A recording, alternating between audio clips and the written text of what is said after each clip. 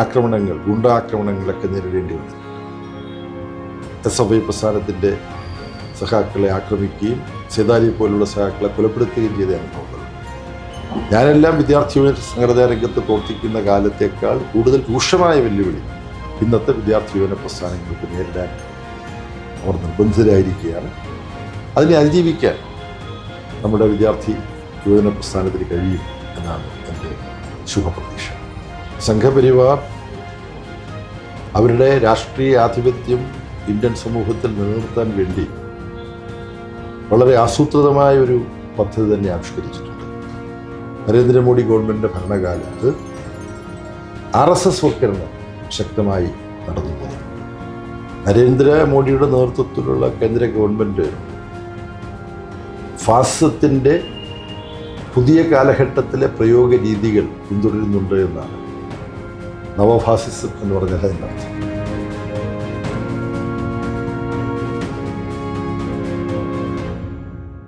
നമസ്കാരം. യുവതാര ഓൺലൈനിലേക്ക് ഏവർക്കും സ്വാഗതം.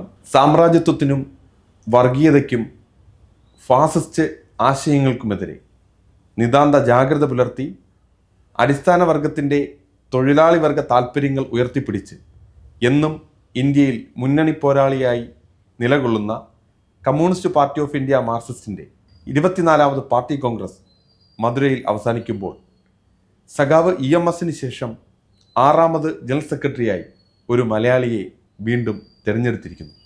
മറ്റാരുമല്ല, സഖാവ് MA ബേബി. മുഖവുരയുടെ ആവശ്യമില്ലാത്ത മലയാളത്തിൻ്റെ പ്രിയപ്പെട്ട നേതാവിനെ, സഖാവിനെ യുവതാരയുടെ പ്രേക്ഷകർക്ക് വേണ്ടി സ്വാഗതം ചെയ്യുന്നു. നമസ്കാരം. CPIM ജനറൽ സെക്രട്ടറി ആകുന്ന 3ാമത്തെ SFI അഖിലേന്ത്യാ പ്രസിഡന്റ് കൂടിയാണ് സഖാവ്.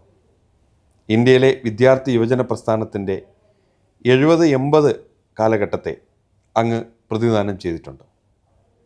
ആ നേതാവിൽ നിന്നും CPIMൻ്റെ 6ാമത് ജനറൽ സെക്രട്ടറി പദത്തിലേക്ക് എത്തുമ്പോൾ നൂറ്റാണ്ടിനിടയിൽ ഇന്ത്യയിലെ വിദ്യാർത്ഥി യുവജന പ്രസ്ഥാനങ്ങളിലും പ്രവർത്തകരിലും ഉണ്ടായ പ്രധാന മാറ്റങ്ങളും സാഹചര്യങ്ങളും എന്തെല്ലാമാണെന്ന് വിശദമാക്കാമോ?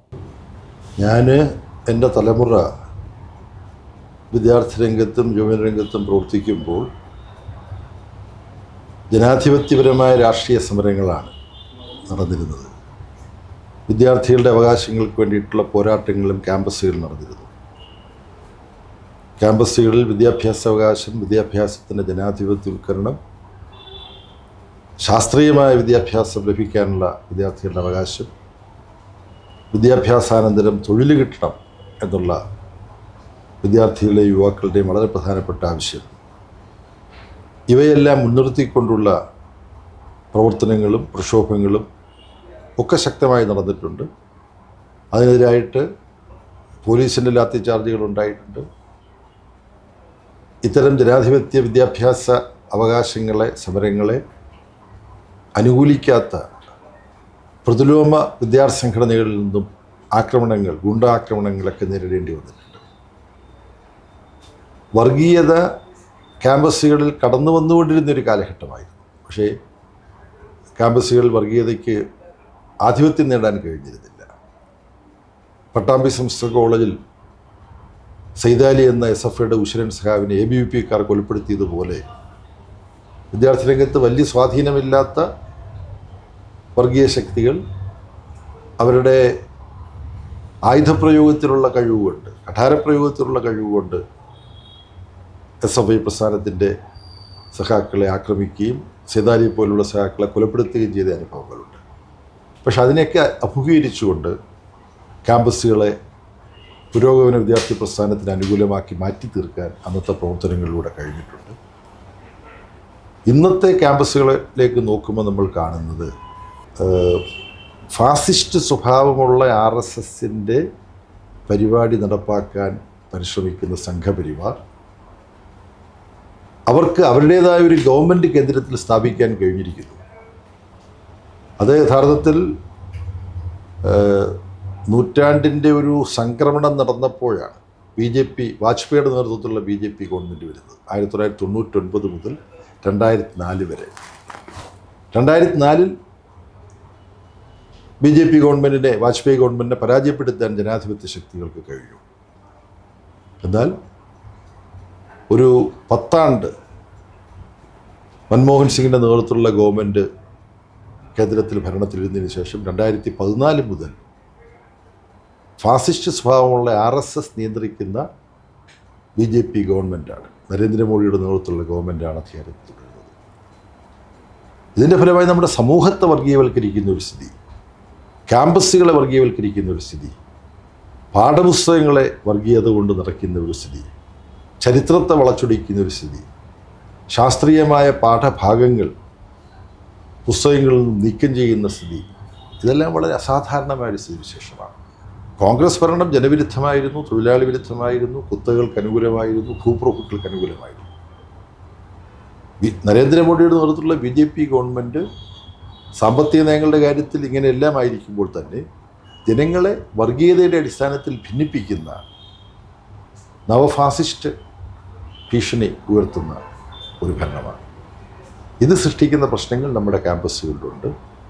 അതുകൊണ്ട് ഞാനെല്ലാം വിദ്യാർത്ഥി യൂണിയൻ സംഘടനാ രംഗത്ത് പ്രവർത്തിക്കുന്ന കാലത്തേക്കാൾ കൂടുതൽ രൂക്ഷമായ വെല്ലുവിളി ഇന്നത്തെ വിദ്യാർത്ഥി യൂണിയൻ പ്രസ്ഥാനങ്ങൾക്ക് നേരിടാൻ അവർ നിർബന്ധിതരായിരിക്കുകയാണ്. അതിനെ അതിജീവിക്കാൻ നമ്മുടെ വിദ്യാർത്ഥി യുവജന പ്രസ്ഥാനത്തിന് കഴിയും എന്നാണ് എൻ്റെ ശുഭപ്രതീക്ഷ. സഖാവ് പറഞ്ഞതുപോലെ സംഘപരിവാറിനാൽ നയിക്കപ്പെടുന്ന BJP സർക്കാർ ഇന്ത്യയിലെ പുരോഗമന വിദ്യാർത്ഥി യുവജന പ്രസ്ഥാനങ്ങളെയും പ്രവർത്തകരെയും നേരിടുന്നത് വല്ലാത്ത അവസ്ഥയിലൂടെയാണ്. ഈ രീതിയെ എങ്ങനെയാണ് നോക്കിക്കാണുന്നത്? ചോദ്യത്തിൽ ചൂണ്ടിക്കാണിച്ചതുപോലെ സംഘപരിവാർ അവരുടെ രാഷ്ട്രീയ ആധിപത്യം ഇന്ത്യൻ സമൂഹത്തിൽ നിലനിർത്താൻ വേണ്ടി വളരെ ആസൂത്രിതമായ ഒരു പദ്ധതി തന്നെ ആവിഷ്കരിച്ചിട്ടുണ്ട്. നരേന്ദ്രമോദി ഗവൺമെൻറ് അധികാരമേറ്റെടുത്ത് കഴിഞ്ഞപ്പോൾ RSS ഗവൺമെൻറ്റിൻ്റെ നേതൃത്വത്തോട് പറഞ്ഞത് 2 വകുപ്പുകളുടെ കാര്യത്തിൽ RSSന് പറയാനുള്ള കാര്യങ്ങൾ എന്താണെന്ന് കേട്ട് അതനുസരിച്ചിട്ട് വേണം ആ 2 വകുപ്പുകൾ പ്രവർത്തിക്കാൻ. മറ്റ് വകുപ്പുകളും RSSന് പറയാനുള്ളത് കേട്ടിട്ട് തന്നെ പ്രവർത്തിക്കണമെങ്കിലും ഒരു ഗവൺമെൻറ് ആണല്ലോ, അതുകൊണ്ട് സമൂഹത്തിലെ ആവശ്യങ്ങളെയും അഭിപ്രായങ്ങളെയും ഒക്കെ പരിഗണിച്ച് ചില കാര്യങ്ങൾ RSSന് സ്വീകാര്യമല്ലാത്തത് കൂടിയൊക്കെ ഗവൺമെൻറ്റിൻ്റെ പൊതുവായ പ്രവർത്തനത്തിൻ്റെ ഒരു സുഗമമായ പോക്കിന് വേണ്ടി ചിലപ്പോൾ ചെയ്യേണ്ടി വരും. അതൊക്കെ മനസ്സിലാക്കാൻ RSSന് കഴിയും. പക്ഷേ 2 വകുപ്പുകളിൽ RSSൻ്റെ കാഴ്ചപ്പാട് കർശനമായി നടപ്പാക്കിയേ പറ്റൂ. ആ 2 വകുപ്പുകളെന്ന് പറഞ്ഞാൽ വിദ്യാഭ്യാസ വകുപ്പും സാംസ്കാരിക വകുപ്പുമാണ്. അപ്പോൾ ഈ 2 വകുപ്പുകളിലും നരേന്ദ്രമോദി ഗവൺമെൻറ്റിൻ്റെ ഭരണകാലത്ത് RSS വൽക്കരണം ശക്തമായി നടന്നു പോകുന്നുണ്ട്. ആ RSS വൽക്കരണത്തിലൂടെ ക്യാമ്പസുകളിൽ പുരോഗമന വിദ്യാർത്ഥി പ്രസ്ഥാനത്തിന് പ്രവർത്തിക്കാൻ കഴിയാത്ത സാഹചര്യം അവർ സൃഷ്ടിച്ചിരിക്കുകയാണ്. കേന്ദ്ര ഗവൺമെൻറ്റിൻ്റെ കൂടെ നിയന്ത്രണത്തിൽ പ്രവർത്തിക്കുന്ന Tata institute of social sciences അവിടുത്തെ വിദ്യാർത്ഥികളുടെ മേൽ പ്രതികാര നടപടി തന്നെ സ്വീകരിച്ചു. കാരണം അവർ ജനാധിപത്യപരമായ ചില നിലപാടുകളെടുക്കുകയും ചില പ്രചരണ പ്രവർത്തനങ്ങളിൽ ഏർപ്പെടുകയും ചെയ്തപ്പോൾ അതിനെ രാജ്യവിരുദ്ധമായ പ്രവർത്തനമെന്ന് മുദ്രയടിച്ചുകൊണ്ട് കടന്നാക്രമണം നടത്തുകയാണ്. രോഹിത് വേമുല ആത്മഹത്യ ചെയ്യാനിടയായതും ഇതുപോലുള്ള സാഹചര്യം നിമിത്തമാണ്. കേന്ദ്ര സർവകലാശാലകളിലെല്ലാം RSS അനുകൂല അന്തരീക്ഷം സൃഷ്ടിക്കാനുള്ള പ്രവർത്തനം ABVP പോലുള്ളവരെ അവിടെ പ്രത്യേകം കടത്തിക്കൊണ്ടുവന്ന് അവർ വഴി ഉള്ള ശ്രമങ്ങളുണ്ട്. അവിടുത്തെ ഫാക്കൽറ്റിയുടെ നിയമനത്തിൽ RSS അനുകൂലികളെ അവരോധിച്ചുകൊണ്ട് ABVPക്കും RSSനും സംഘപരിവാറിനും അനുകൂലമായ അന്തരീക്ഷം അവർ സൃഷ്ടിക്കാൻ ശ്രമിക്കുന്നുണ്ട്. ഇത്തരം പ്രവർത്തനങ്ങളിൽ സഹകരിക്കുമെന്ന് ഉറപ്പുള്ള പലരെയും വൈസ് ചാൻസലർമാരായിട്ട് നിയമിക്കുന്നുണ്ട്. തനി RSSകാരെ വൈസ് ചാൻസലർമാരാക്കാൻ പറ്റുന്നിടത്തില്ല, അങ്ങനെ തന്നെയാണ് ചെയ്യുന്നത്. എന്നാൽ നമ്മുടെ ഇംഗിതം മനസ്സിലാക്കി പ്രവർത്തിച്ചുകൊള്ളും എന്നുറപ്പുള്ള ചില പ്രൊഫസർമാരെ അവർ തനി RSSകാരില്ലെങ്കിലും അവരെയും വൈസ് ചാൻസലർമാരായിട്ട് നിയമിക്കുന്നുണ്ട്. വസ്തുതകളായിട്ട് നമ്മൾ പറയണമല്ലോ. പക്ഷെ അവരെല്ലാം RSSൻ്റെ നിർദ്ദേശം ക്യാമ്പസിൽ നടപ്പാക്കാൻ ബാധ്യസ്ഥരാണ്.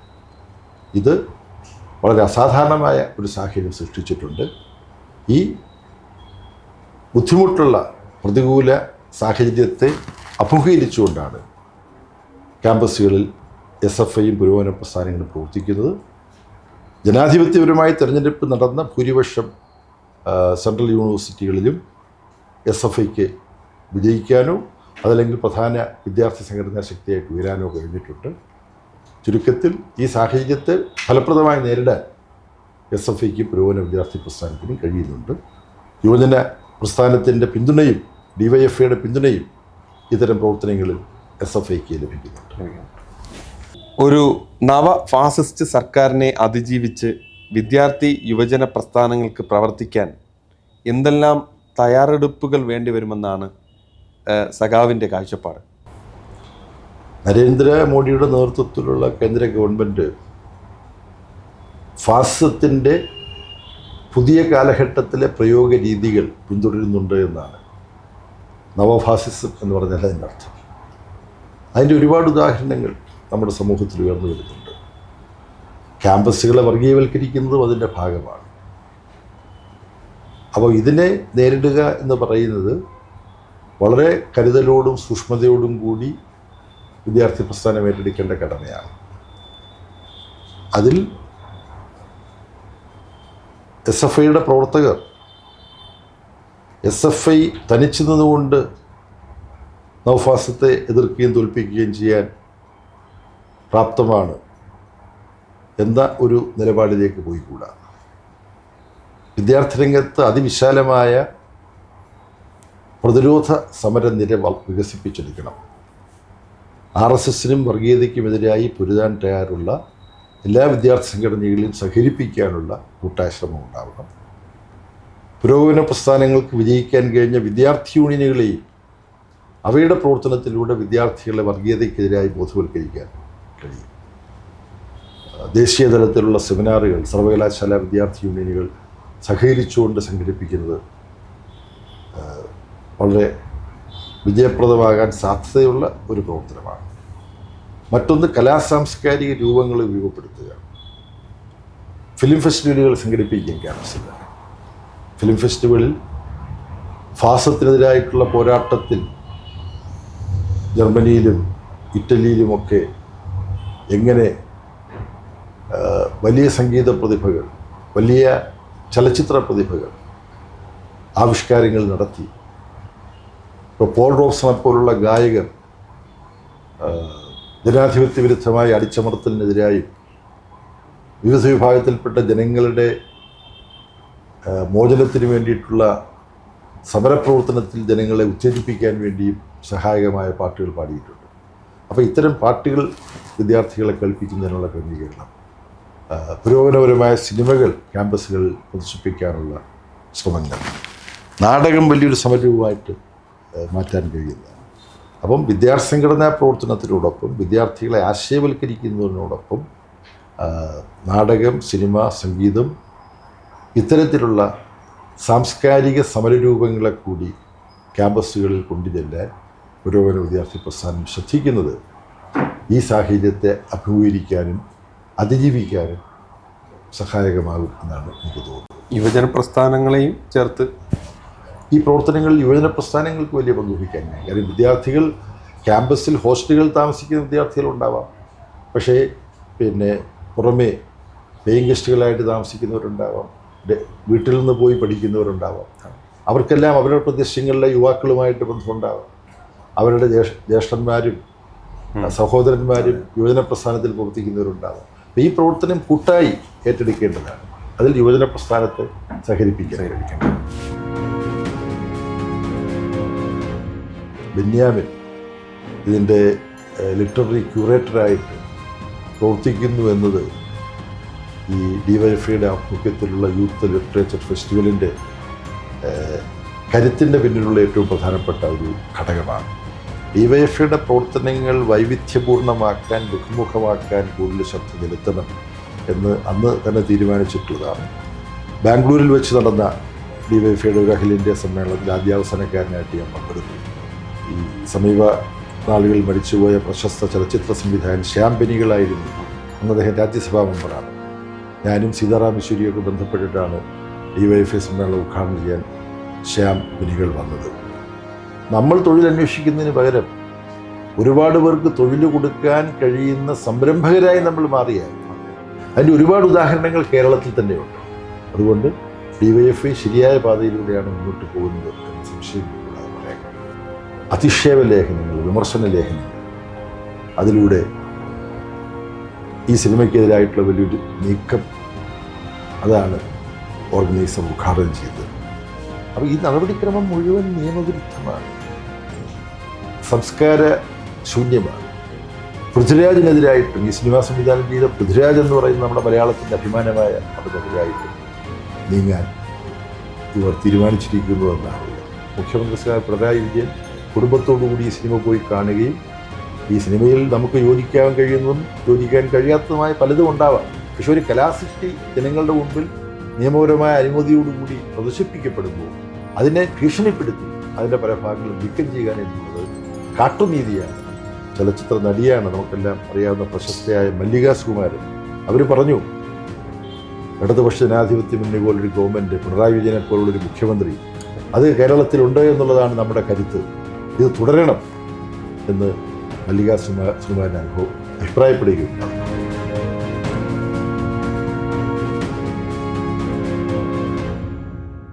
കേരളത്തിലെ DYFIയുടെ നേതൃത്വത്തിൽ കഴിഞ്ഞ കാലങ്ങളിലെ പ്രവർത്തനങ്ങളിൽ വളരെ വിഭിന്നമായി, സമര പോരാട്ടങ്ങൾക്കും ഒക്കെ വിഭിന്നമായി നിരവധി പരിപാടികൾ ഇപ്പോൾ നടന്നു വരികയാണ്. കലാരംഗത്തും സാംസ്കാരിക രംഗത്തും സാഹിത്യരംഗത്തും ശ്രദ്ധയാകർഷിച്ച യുവതാര ലിറ്ററേച്ചർ ഫെസ്റ്റിവൽ പോലെയുള്ള വ്യത്യസ്തമായ പരിപാടികളാണ് സംഘടിപ്പിച്ചു വരുന്നത്. പുസ്തക വായനയെയും അക്ഷരങ്ങളെയും അഗാധമായി സ്നേഹിക്കുന്ന അങ്ങ് ഇത്തരം മൂവ്മെൻറ്റിനെ എങ്ങനെയാണ് വിലയിരുത്തുന്നത്? DYFIയുടെ ആഭിമുഖ്യത്തിൽ ആരംഭിച്ചിട്ടുള്ള യൂത്ത് ലിറ്ററേച്ചർ ഫെസ്റ്റിവൽ DYFI എത്രമാത്രം ഭാവനാപൂർണമായി പ്രവർത്തിക്കുന്ന ഒരു സംഘടനയാണെന്നുള്ളതിൻ്റെ ഏറ്റവും മികച്ച ദൃഷ്ടാന്തമാണ്. അതിൻ്റെ 2 എഡിഷനുകളിലും സംബന്ധിക്കാനും ചർച്ചകളിൽ പങ്കെടുക്കാനും എനിക്ക് കഴിഞ്ഞിട്ടുണ്ട്. മലയാള സാഹിത്യത്തിൽ സമീപകാലത്ത് ഉയർന്നു വന്ന ഏറ്റവും പ്രതിഭയുള്ള എഴുത്തുകാരിൽ പ്രമുഖനായിട്ടുള്ള ബെന്യാമിൻ ഇതിൻ്റെ ലിറ്റററി ക്യൂറേറ്ററായിട്ട് പ്രവർത്തിക്കുന്നു എന്നത് ഈ DYFIയുടെ ആഭിമുഖ്യത്തിലുള്ള യൂത്ത് ലിറ്ററേച്ചർ ഫെസ്റ്റിവലിൻ്റെ കരുത്തിൻ്റെ പിന്നിലുള്ള ഏറ്റവും പ്രധാനപ്പെട്ട ഒരു ഘടകമാണ്. ഇതുവരെ നടന്ന 2 യൂത്ത് ലിറ്ററേച്ചർ ഫെസ്റ്റിവലും വളരെ വലിയ വിജയങ്ങളായിരുന്നു. അത് ഏകോപിപ്പിച്ച ബെന്യാമിനും അതിൻ്റെ സംഘടനാ പ്രവർത്തനങ്ങൾക്ക് നേതൃത്വം കൊടുത്ത DYFIയുടെ നേതാക്കന്മാർക്കും അഭിമാനിക്കാം. ഇതെങ്ങനെ കൂടുതൽ മികച്ച രൂപത്തിൽ ഭാവി വർഷങ്ങളിൽ സംഘടിപ്പിക്കാൻ കഴിയും എന്നുള്ളതും നല്ല ഗൃഹപാഠം ചെയ്തുകൊണ്ട് DYFIക്ക് ഏറ്റെടുക്കാൻ കഴിയുന്ന കാര്യമാണ്. നമ്മുടെ രാജ്യത്ത്, കേരളത്തിൽ ഒരുപാട് ലിറ്ററേച്ചർ ഫെസ്റ്റിവൽ നടക്കുന്നുണ്ട്. ആ ലിറ്ററേച്ചർ ഫെസ്റ്റിവലിലെല്ലാം നല്ലതും അത്ര നല്ലതല്ലാത്തതുമായ പല പ്രവണതകളും ഉണ്ടാകും. ഈ ലിറ്ററേച്ചർ ഫെസ്റ്റിവൽ, ഇതുവരെ നടന്ന ലിറ്ററേച്ചർ ഫെസ്റ്റിവലുകളെക്കുറിച്ചുള്ള ഒരു ഗൗരവപൂർണമായ പഠനവും യൂത്ത് ലിറ്ററേച്ചർ ഫെസ്റ്റിവൽ അവയേക്കാൾ കൂടുതൽ മികച്ച രൂപത്തിൽ സംഘടിപ്പിക്കാനും അതിൻ്റെ ഉള്ളടക്കത്തെ വിഭാവനം ചെയ്യാനും സഹായിക്കും. അത്തരം പ്രവർത്തനങ്ങൾ DYFI ഏറ്റെടുക്കുമെന്ന് പ്രതീക്ഷിക്കുന്നു. അതിനോട് ചേർത്ത് വയ്ക്കാവുന്നതാണ്, ഇപ്പോൾ മാർച്ച് 1-2 തീയതികളിലായിട്ട് നടന്ന മവാസോ പോലെയുള്ള ഈ സാങ്കേതിക രംഗത്തെ, സ്റ്റാർട്ടപ്പ് രംഗത്തെ യുവാക്കളെയും യുവതികളെയും പങ്കെടുപ്പിച്ചുകൊണ്ടുള്ള വലിയ ഒരു പരിപാടിയാണ് സംഘടിപ്പിക്കപ്പെട്ടത്. DYFI അത്തരം മൂവ്മെൻറ്റുകളിലേക്കും കടന്നിട്ടുണ്ട് എന്നുള്ളതാണ്. സഖാവ് ശ്രദ്ധയിൽപ്പെട്ടിട്ടുണ്ടല്ലോ. എൻ്റെ ശ്രദ്ധയിൽപ്പെട്ടുള്ളൊരു കാര്യമാണ്, DYFIയുമായി ബന്ധപ്പെട്ട് പലപ്പോഴും പല ചർച്ചകളിലും സംബന്ധിക്കാൻ എനിക്ക് കഴിഞ്ഞിട്ടുണ്ട്. DYFIയുടെ സ്ഥാപക സമ്മേളനം ലുധിയാനയിൽ 1980 നടന്നപ്പോൾ അവിടുത്തെ ചർച്ചകളും കേട്ട ഒരാളാണ് ഞാൻ. അപ്പോൾ DYFIയുടെ പ്രവർത്തനങ്ങൾ വൈവിധ്യപൂർണ്ണമാക്കാൻ, മുഖമുഖമാക്കാൻ കൂടുതൽ ശ്രദ്ധ ചെലുത്തണം എന്ന് അന്ന് തന്നെ തീരുമാനിച്ചിട്ടുള്ളതാണ്. ബാംഗ്ലൂരിൽ വെച്ച് നടന്ന DYFIയുടെ ഒരു അഖിലേന്ത്യാ സമ്മേളനത്തിൽ ആദ്യാവസാനക്കാരനായിട്ട് ഞാൻ പങ്കെടുത്തു. ഈ സമീപ നാളുകളിൽ മരിച്ചുപോയ പ്രശസ്ത ചലച്ചിത്ര സംവിധായകൻ ശ്യാം ബെനികളായിരുന്നു അന്ന്. അദ്ദേഹം രാജ്യസഭാ മെമ്പറാണ്. ഞാനും സീതാറാം യെച്ചൂരിയൊക്കെ ബന്ധപ്പെട്ടിട്ടാണ് DYFI സമ്മേളനം ഉദ്ഘാടനം ചെയ്യാൻ ശ്യാം ബെനികൾ വന്നത്. അപ്പോൾ അദ്ദേഹം വളരെ പിന്നെ ഇൻസ്പയർ ചെയ്യുന്ന ഒരു പ്രസംഗം, വളരെ ഹ്രസ്വമായൊരു പ്രസംഗം, പക്ഷെ വളരെ ആവേശം പകരുന്ന ഒരു പ്രസംഗമാണ് അവിടെ നടത്തിയത്. അപ്പോൾ DYFIയുടെ പ്രവർത്തനം വൈവിധ്യപൂർണ്ണമാക്കുക എന്നുള്ളത്, ഭാവനാപൂർണ്ണമാക്കുക എന്നുള്ളത് വളരെ പ്രധാനപ്പെട്ട ഒരു ഉത്തരവാദിത്വമാണ്. ആ പാതയിൽ DYFI വളരെ കൃത്യമായ ധാരണയോടുകൂടി മുന്നോട്ട് പോകുന്നു എന്നുള്ളതിൻ്റെ ഉദാഹരണമായിരുന്നു യുവ സംരംഭകർക്ക് വേണ്ടി നടത്തിയ ഈ മാർച്ച് മാസം ആദ്യ ദിവസങ്ങളിൽ നടന്ന ഒത്തുചേരൽ. നമ്മൾ തൊഴിലന്വേഷകരാകണം. ഗവൺമെൻറ് തൊഴിലോ സ്വകാര്യ മേഖലയിലെ തൊഴിലോ കിട്ടാൻ പഠനവും യോഗ്യതയും പരിശീലനമുള്ളവർ അതിന് പോകണം. അതേസമയം നമ്മൾ തൊഴിലന്വേഷിക്കുന്നതിന് പകരം ഒരുപാട് പേർക്ക് തൊഴിൽ കൊടുക്കാൻ കഴിയുന്ന സംരംഭകരായി നമ്മൾ മാറിയാൽ തൊഴിലന്വേഷകർക്ക് സംതൃപ്തി പകരുന്ന ഒരു വളരെ സാമൂഹ്യമായി പ്രധാനപ്പെട്ട പ്രസക്തമായ ഒരു പ്രവർത്തനമായി സംരംഭകത്വം മാറും. സംരംഭകത്തിന് വേണ്ടത്ര പരിശീലനം നേടേണ്ടതുണ്ട്, സാങ്കേതിക പരിജ്ഞാനം നേടേണ്ടതുണ്ട്. പിന്നെ നമ്മൾ ആരംഭിക്കുന്ന ഈ സംരംഭം വിജയപ്രദമാകുമോ എന്നുള്ളതിനെക്കുറിച്ചുള്ള നല്ല ഗൃഹപാഠം ചെയ്യേണ്ടതുണ്ട്. അതെല്ലാം ചെയ്തു കഴിഞ്ഞാൽ വിജയിക്കുന്ന ഒരുപാട് സംരംഭങ്ങൾ നമുക്ക് സമൂഹത്തിൽ രൂപപ്പെടുത്താൻ കഴിയും. അതിൻ്റെ ഒരുപാട് ഉദാഹരണങ്ങൾ കേരളത്തിൽ തന്നെയുണ്ട്. അതുകൊണ്ട് DYFI ശരിയായ പാതയിലൂടെയാണ് മുന്നോട്ട് പോകുന്നത് എന്ന് സംശയം കൂടാതെ പറയാൻ കഴിയും. ഓക്കെ. മോദി ഭരണത്തിൽ ഇന്ത്യയിലെ സാംസ്കാരിക പ്രവർത്തനം ഒരു രാഷ്ട്രീയ പ്രതിരോധ പ്രവർത്തനമായി മാറുന്നുണ്ട്. RSSന്റെ മുഖപത്രമായ ഓർഗനൈസർ വിമർശിക്കുന്ന കലാമേഖലയ്ക്കും കലാകാരന്മാർക്കും കേന്ദ്ര അന്വേഷണ ഏജൻസികളുടെ അന്വേഷണവും പലപ്പോഴും നേരിടേണ്ടി വരുന്നുണ്ട്. വർത്തമാനകാല സാഹിത്യത്തെ എങ്ങനെയാണ് അങ്ങ് നോക്കിക്കാണുന്നത്? CPIMൻ്റെ 24ാം പാർട്ടി കോൺഗ്രസ് കഴിഞ്ഞിട്ടാണ് ഞാനിപ്പോൾ തിരുവനന്തപുരത്ത് എത്തുന്നതും യുവധാരയുമായിട്ടുള്ള ഈ അഭിമുഖം നടത്തുന്നതും. ഇതിനിടയിൽ സംഭവിച്ച ഒരു കാര്യമാണ് താങ്കൾ ഈ ചോദ്യത്തിലൂടെ ഉന്നയിച്ച എമ്പുരാൻ എന്ന ഒരു സിനിമ. അത് ആളുകൾ വലിയ താല്പര്യത്തോടു കൂടി പോയി കാണാൻ തയ്യാറായി. ബോക്സ് ഓഫീസ് കളക്ഷനിൽ വലിയ റെക്കോർഡുകളൊക്കെ സ്ഥാപിച്ച ഒരു സിനിമയാണ്. പക്ഷെ അത് 2-3 ദിവസം പിന്നിടുമ്പോഴേക്ക് ആ സിനിമയ്ക്കെതിരായിട്ടുള്ള വലിയൊരു നീക്കം. ചോദ്യത്തിൻ്റെ ഭാഗമായി പറഞ്ഞതുപോലെ ഓർഗനൈസർ എന്ന് പറയുന്ന RSSൻ്റെ മുഖപത്രത്തിൽ വന്ന അധിക്ഷേപ ലേഖനങ്ങൾ, വിമർശന ലേഖനങ്ങൾ, അതിലൂടെ ഈ സിനിമയ്ക്കെതിരായിട്ടുള്ള വലിയൊരു നീക്കം, അതാണ് ഓർഗനൈസർ ഉദ്ഘാടനം ചെയ്തത്. ഏറ്റവും ശ്രദ്ധേയമായ കാര്യം, എന്തെങ്കിലും നിയമവിരുദ്ധമായ മാർഗങ്ങളിലൂടെ കുറേ തിയേറ്ററുകളിൽ ഒളിച്ച് പ്രദർശിപ്പിച്ച സിനിമയല്ല ഇതല്ല. ഒരു സിനിമ പ്രദർശിപ്പിക്കുന്നതിൻ്റെ പ്രദർശനം തുടങ്ങുന്നതിന് ഇന്ന് ഇന്ത്യയിലെ നിയമം അനുസരിച്ച് സെൻസർ ബോർഡിൻ്റെ സർട്ടിഫിക്കറ്റ് എല്ലാം നേടിയിട്ടാണ് ഇത് പ്രദർശിപ്പിക്കപ്പെടുന്നത്. അത്തരമൊരു സിനിമ അതിൽ ചില ഭാഗങ്ങൾ മാറ്റണമെന്നുണ്ടെങ്കിൽ അത് ഗവൺമെൻറ്റാണ് സാധാരണ ഈ പറയേണ്ടത്. പരാതി ഉണ്ടായാൽ അതിൻ്റെ അടിസ്ഥാനത്തിൽ. ഇത് ഗവൺമെൻറ്റൊന്നും മിണ്ടുന്നില്ല. മറിച്ച് ഗവൺമെൻറ്റിനെ നിയന്ത്രിക്കുന്ന RSS അതിൻ്റെ മുഖപത്രങ്ങളിലൂടെ അധിക്ഷേപം ചൊരിയുക. ശരി. അപ്പോൾ ഈ നടപടിക്രമം മുഴുവൻ നിയമവിരുദ്ധമാണ്, സംസ്കാര ശൂന്യമാണ്. ഇന്ത്യ നവഫാസിസ്റ്റ് ആധിപത്യത്തിലേക്ക് പോകുന്നു എന്ന് ആശങ്കപ്പെടേണ്ട പല അനുഭവങ്ങളുമുണ്ടെന്ന് CPIMൻ്റെ കരട് രാഷ്ട്രീയ പ്രമേയത്തിൽ പറഞ്ഞെങ്കിൽ ആ നവഫാസിസം നടപ്പാക്കാനുള്ള നടപടികൾ മോഡി ഗവൺമെൻറ് കൈക്കൊള്ളുന്നു, RSS കൈക്കൊള്ളുന്നു എന്നാണ് ഇവിടെ വെളിപ്പെടുന്നത്. അതിനെ തുടർന്ന് ഈ സിനിമയുടെ നിർമ്മാതാക്കൾ തന്നെ അതിൽ ചില മാറ്റം വരുത്താൻ ഞങ്ങൾ ഉദ്ദേശിക്കുകയാണെന്ന് പറയുന്നു. ഇത് അവരെ കൊണ്ട് പറയിച്ചതാണ് എന്ന് പറയാൻ ഞാൻ നിർബന്ധിതരാണ്. അതിനുശേഷം വീണ്ടും ആ വെട്ടിമാറ്റലുകൾക്ക് ശേഷം ഈ സിനിമ വീണ്ടും പ്രദർശനരംഗത്ത് വരുന്നു. ഉടനെ കേൾക്കുന്നു എൻഫോഴ്സ്മെൻറ്റ് ഡയറക്ടറേറ്റ് മണിക്കൂറുകൾ നീണ്ടു നിൽക്കുന്ന റെയ്ഡുകൾ നടത്തുകയാണ്. ഈ സിനിമയുടെ നിർമ്മാതാക്കൾ ഒരാളായ ശ്രീ ഗോകുലം ഗോപാലിൻ്റെ പിന്നെ വിവിധ ഓഫീസുകളിലും കേന്ദ്രങ്ങളിലും പൃഥ്വിരാജിനെതിരായിട്ടും, ഈ സിനിമ സംവിധാനം ചെയ്ത പൃഥ്വിരാജ് എന്ന് പറയുന്ന നമ്മുടെ മലയാളത്തിൻ്റെ അഭിമാനമായ നടനെതിരായിട്ടും നീങ്ങാൻ ഇവർ തീരുമാനിച്ചിരിക്കുന്നു എന്നാണുള്ളത്. ആന്റണി പെരുമ്പാവൂർ ഈ സിനിമയുടെ നിർമ്മാതാക്കളിൽ ഒരാളാണ്. അദ്ദേഹത്തിൻ്റെ വീട്ടിലും റെയ്ഡ് നടക്കുകയാണ്. അപ്പം ഇത് ഫാസത്തിൻ്റെ ഉറഞ്ഞുതുള്ളലിലേക്ക് നമ്മുടെ നാട് നീങ്ങിയേക്കാമെന്നുള്ള ഒരു ഭീഷണിയാണ് സൃഷ്ടിക്കുന്നത്. അതുകൊണ്ട് ഇതിനെ ചെറുക്കാൻ കലാസാംസ്കാരിക രംഗത്തുള്ളവരെ അണിനിരത്തിക്കൊണ്ട് DYFI വലിയ തോതിലുള്ള ഇടപെടൽ നടത്തണം. നമ്മുടെ രാജ്യത്തെ ജനാധിപത്യ പുരോഗമന രാഷ്ട്രീയ പ്രസ്ഥാനങ്ങൾ ഇത് വളരെ ഗൗരവത്തിൽ എടുത്തിട്ടുണ്ട്. മുഖ്യമന്ത്രി ശ്രീ പിണറായി വിജയൻ കുടുംബത്തോടുകൂടി ഈ സിനിമ പോയി കാണുകയും ഈ സിനിമയിൽ നമുക്ക് യോജിക്കാൻ കഴിയുന്നതും യോജിക്കാൻ കഴിയാത്തതുമായ പലതും ഉണ്ടാവാം. പക്ഷെ ഒരു കലാസൃഷ്ടി ജനങ്ങളുടെ മുമ്പിൽ നിയമപരമായ അനുമതിയോടുകൂടി പ്രദർശിപ്പിക്കപ്പെടുമ്പോൾ അതിനെ ഭീഷണിപ്പെടുത്തി അതിൻ്റെ പല ഭാഗങ്ങളും നീക്കം ചെയ്യുക എന്നുള്ളത് കാട്ടുനീതിയാണ്. ഇത് അംഗീകരിക്കാൻ കഴിയില്ല എന്ന കാഴ്ചപ്പാട് നമ്മളെല്ലാം ശക്തമായിട്ട് പ്രകടിപ്പിക്കുന്ന കാഴ്ചപ്പാട് സംസ്ഥാന മുഖ്യമന്ത്രി തന്നെ പറഞ്ഞു എന്നുള്ളതാണ് ഏറ്റവും ശ്രദ്ധേയമായ കാര്യം. അതിൻ്റെ കൂടെ പശ്ചാത്തലത്തിലാണ് ഈ സിനിമയുടെ സംവിധായകനായ ശ്രീ പൃഥ്വിരാജിൻ്റെ അമ്മ, ചലച്ചിത്ര നടിയാണ്, നമുക്കെല്ലാം അറിയാവുന്ന പ്രശസ്തയായ മല്ലിക സുകുമാരൻ.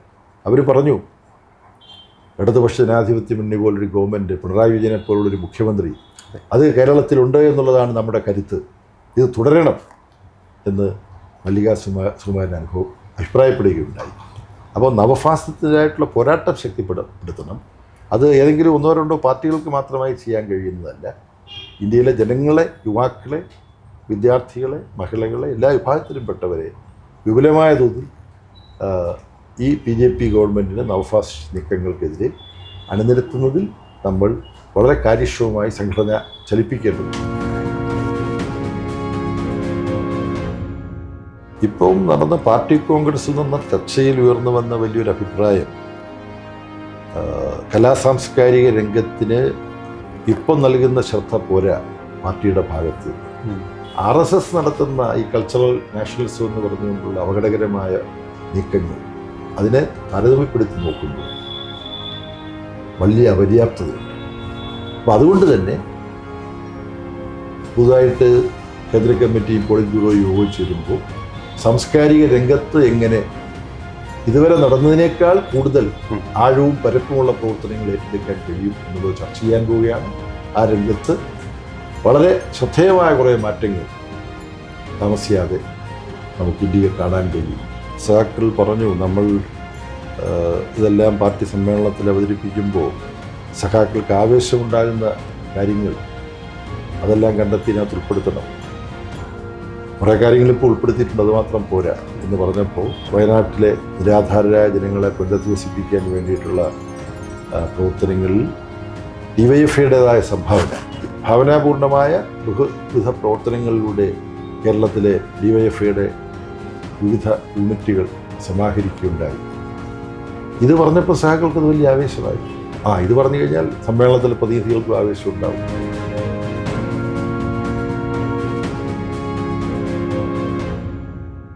കലാ, സാഹിത്യ, സാംസ്കാരിക പ്രവർത്തനങ്ങളുടെ മുൻനിര സംഘാടകൻ കൂടിയാണ് ജനറൽ സെക്രട്ടറിയായ സഖാവ് MA ബേബി. പുതിയ കർമ്മപഥത്തിലെ ഉത്തരവാദിത്വത്തിൽ ഈ മേഖലയെ എങ്ങനെയാകും സമീപിക്കുക? ഇപ്പം നടന്ന പാർട്ടി കോൺഗ്രസിൽ നിന്ന് ചർച്ചയിൽ ഉയർന്നു വന്ന വലിയൊരു അഭിപ്രായം, കലാസാംസ്കാരിക രംഗത്തിന് ഇപ്പം നൽകുന്ന ശ്രദ്ധ പോരാ പാർട്ടിയുടെ ഭാഗത്ത് നിന്ന്. അത് സമ്മേളനങ്ങൾ നടക്കുമ്പോൾ ഒരു സാംസ്കാരിക സമ്മേളനം നടത്തുക, പിന്നെ പുരോഗമന കലാസാഹിത്യ സംഘം പോലെയുള്ള സംഘടനകൾ അവർക്കാവുന്ന തരത്തിൽ പ്രവർത്തിക്കുക, അതുപോരാ. കാര്യം സാംസ്കാരിക ദേശീയത എന്ന് പറഞ്ഞുകൊണ്ടാണ് RSS അവരുടെ വിഷലിപ്തമായ വർഗീയ പ്രചാരണം നടത്തുന്നത്. കൾച്ചറൽ നാഷണലിസം, അതാണ് RSS പ്രൊജക്റ്റിന് അവർ കൊടുത്തിട്ടുള്ള പേര്. എന്നിട്ട് പോലും സാംസ്കാരിക രംഗത്ത് RSS നടത്തുന്ന പ്രവർത്തനത്തിൻ്റെ ആപത്ത് തിരിച്ചറിഞ്ഞുകൊണ്ട് അതിനെതിരെ ശക്തമായ സാംസ്കാരിക ഇടപെടലുകൾ നടത്താൻ നമ്മുടെ ഭാഗത്തു നിന്ന് പൂർണ്ണമായ തോതിൽ കഴിയുന്നില്ല. നമ്മൾ കുറേയധികം പ്രവർത്തിക്കുന്നുണ്ട്, നടത്തുന്ന പ്രവർത്തനങ്ങളെ അഭിനന്ദിക്കുന്നു. പുരോഗമന കലാസാഹിത്യ സംഘത്തിൻ്റെ നല്ല ഇടപെടലുകളെയൊക്കെ ആദരിക്കുമ്പോൾ തന്നെ RSS നടത്തുന്ന ഈ കൾച്ചറൽ നാഷണലിസം എന്ന് പറഞ്ഞുകൊണ്ടുള്ള അപകടകരമായ നീക്കങ്ങൾ അതിനെ താരതമ്യപ്പെടുത്തി നോക്കുമ്പോൾ വലിയ അപര്യാപ്തതയുണ്ട്. അപ്പോൾ അതുകൊണ്ട് തന്നെ പുതുതായിട്ട് കേന്ദ്ര കമ്മിറ്റി പോളിറ്റ് ബ്യൂറോ യോഗം ചേരുമ്പോൾ സാംസ്കാരിക രംഗത്ത് എങ്ങനെ ഇതുവരെ നടന്നതിനേക്കാൾ കൂടുതൽ ആഴവും പരപ്പുമുള്ള പ്രവർത്തനങ്ങൾ ഏറ്റെടുക്കാൻ കഴിയും എന്നുള്ളത് ചർച്ച ചെയ്യാൻ പോവുകയാണ്. ആ രംഗത്ത് വളരെ ശ്രദ്ധേയമായ കുറേ മാറ്റങ്ങൾ താമസിയാതെ നമുക്ക് ഇന്ത്യയിൽ കാണാൻ കഴിയും. അത്തരത്തിൽ നീങ്ങാനാണ് പാർട്ടി തീരുമാനിച്ചത്. സഖാവെ, കേരളം കണ്ട ഏറ്റവും വലിയ ഒരു ദുരന്തമായിരുന്നു വയനാട് ചൂരന്മല മുണ്ടക്കൈ മേഖലയിൽ സംഭവിച്ചത്. ഈ ദുരിതബാധിതർക്ക് വിവിധ മാർഗങ്ങളിലൂടെ സഖാവ് അറിവുള്ളതാണ്. നിരവധി മാർഗങ്ങളിലൂടെ പണം സ്വരൂപിച്ച് 100 വീടുകൾ വച്ച് കൊടുക്കുന്നതിന് വേണ്ടി 20 കോടി രൂപയാണ് DYFI എന്ന യുവജന പ്രസ്ഥാനം സർക്കാരിന് കഴിഞ്ഞ മാസം നൽകിയത്. രാഷ്ട്രീയ പ്രവർത്തനത്തോടും പൊതുപ്രവർത്തനത്തോടും മുഖം തിരിച്ചു നിൽക്കുന്ന പുതിയ തലമുറയുള്ള ഒരു കാലഘട്ടത്തിലാണ് നാം ജീവിക്കുന്നത്. DYFI എന്ന ഈ പ്രസ്ഥാനം ഈ മുന്നേറ്റം സാധ്യമാക്കിയിരിക്കുന്നതിനെ എങ്ങനെയാണ് അങ്ങ് നോക്കിക്കാണുന്നത്? പാർട്ടി കോൺഗ്രസുമായി ബന്ധപ്പെട്ട രേഖകൾ തയ്യാറാക്കുന്നതിനിടയിൽ തന്നെ സഖാക്കൾ പറഞ്ഞു, നമ്മൾ ഇതെല്ലാം പാർട്ടി സമ്മേളനത്തിൽ അവതരിപ്പിക്കുമ്പോൾ സഖാക്കൾക്ക് ആവേശമുണ്ടാകുന്ന കാര്യങ്ങൾ അതെല്ലാം കണ്ടെത്തി ഇതിനകത്ത് ഉൾപ്പെടുത്തണം. കുറേ കാര്യങ്ങൾ ഇപ്പോൾ ഉൾപ്പെടുത്തിയിട്ടുണ്ട്, അത് മാത്രം പോരാ എന്ന് പറഞ്ഞപ്പോൾ DYFI ചെയ്ത ഈ വയനാട്ടിലെ പ്രകൃതി ദുരന്തത്തോട് പ്രതികരിച്ച് അവിടുത്തെ നിരാധാരരായ ജനങ്ങളെ പുനരധിവസിപ്പിക്കാൻ വേണ്ടിയിട്ടുള്ള പ്രവർത്തനങ്ങളിൽ DYFIയുടേതായ സംഭാവന അത് 20 കോടിയെ മാത്രമേ കൊടുത്തുള്ളൂ. 20 കോടി 40 ലക്ഷം മറ്റോ ഉണ്ടെന്നാണ് ഞാൻ മനസ്സിലാക്കുന്നത്. എന്തായാലും ചെറിയ 20 കോടി എന്ന് പറയുമ്പോൾ 40 ലക്ഷം അധികമോ കുറവോ എന്നുള്ളതിന് വലിയ പ്രാധാന്യമില്ല. ഇങ്ങനെ വലിയൊരു തുക പിന്നെ ചപ്പ് ചവറുകൾ പെറുക്കി, അതുപോലെ തന്നെ ബിരിയാണി ചലഞ്ച് നടത്തി ഭാവനാപൂർണമായ ബഹുവിധ പ്രവർത്തനങ്ങളിലൂടെ കേരളത്തിലെ DYFIയുടെ വിവിധ യൂണിറ്റുകൾ സമാഹരിക്കുകയുണ്ടായി. ഇത് പറഞ്ഞപ്പോൾ സഹാക്കൾക്ക് അത് വലിയ ആവേശമായിരുന്നു. ഇത് പറഞ്ഞു കഴിഞ്ഞാൽ സമ്മേളനത്തിൽ പ്രതിനിധികൾക്കും ആവേശം ഉണ്ടാവും എന്നൊക്കെ. അപ്പോൾ നമ്മുടെ പ്രവർത്തനങ്ങളിൽ സമൂഹത്തിനാകെ അഭിമാനം തോന്നുന്ന, ആവേശം തോന്നുന്ന കാര്യങ്ങളിൽ ഒന്നായിട്ടാണ് DYFIയുടെ ഈ പ്രവർത്തനത്തെ കാണുന്നത്. ഭാവിയിലും ഇതുപോലുള്ള പ്രവർത്തനങ്ങൾ നടത്താൻ DYFIക്ക് കഴിയുമെന്നാണ് ഞാൻ പ്രതീക്ഷിക്കുന്നത്. ജനറൽ സെക്രട്ടറി പദത്തിൽ ലോക ശ്രദ്ധ ആകർഷിക്കുന്ന തരത്തിലുള്ള പ്രവർത്തനങ്ങൾ സംഘടിപ്പിക്കുന്നതിനും വർത്തമാനകാല വെല്ലുവിളികൾ ഏറ്റെടുത്ത് ഏറ്റവും മികച്ച രീതിയിൽ ഇന്ത്യയിലെ കമ്മ്യൂണിസ്റ്റ് പ്രസ്ഥാനത്തെ മുന്നോട്ട് നയിക്കുന്നതിനും എല്ലാവിധ ഭാവങ്ങളും യുവതാരയുടെ പേരിൽ ആശംസിക്കുന്നു. നമസ്കാരം.